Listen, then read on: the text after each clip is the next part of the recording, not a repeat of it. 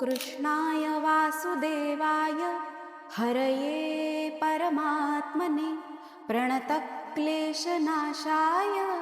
गोविंदाय नमो नमः। ओम नमो भगवते वासुदेवाय।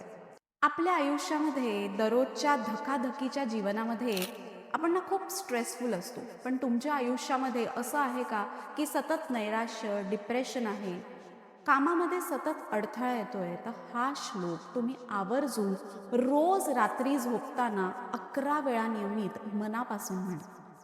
कर्तव्य करायलाच हवं, काम तर करायलाच हवं आणि ते जिद्दीने करायला हवं, पण त्यासाठी एक पॉझिटिव्हिटी, इन्स्पिरेशन हा भगवद्गीतेमधला श्लोक आपल्याला देत असतो। जेव्हा अर्जुन रणांगणामध्ये उभा होता त्यावेळेला त्याला भीती वाटली की माझे नातेवाईकच सगळे समोर उभे आहेत, मी लढू कसा?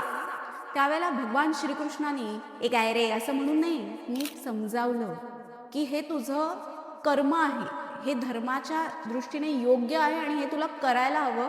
आणि बघा ते त्यांनी समजावल्यावर आज अर्जुनाचा रणांगणामधला पराक्रम आपण बघितलाय। सो ज्यांना ज्यांना मनामध्ये निगेटिव्हिटी आहे, डिप्रेशन आहे, कामामध्ये अडथळा आहे आणि पॉझिटिव्हिटी सापडत नाहीये, त्यांनी रात्री झोपताना हा श्लोक नियमित म्हणा आणि फरक अनुभवा। कमेंट करा ओम नमो भगवते वासुदेवाय।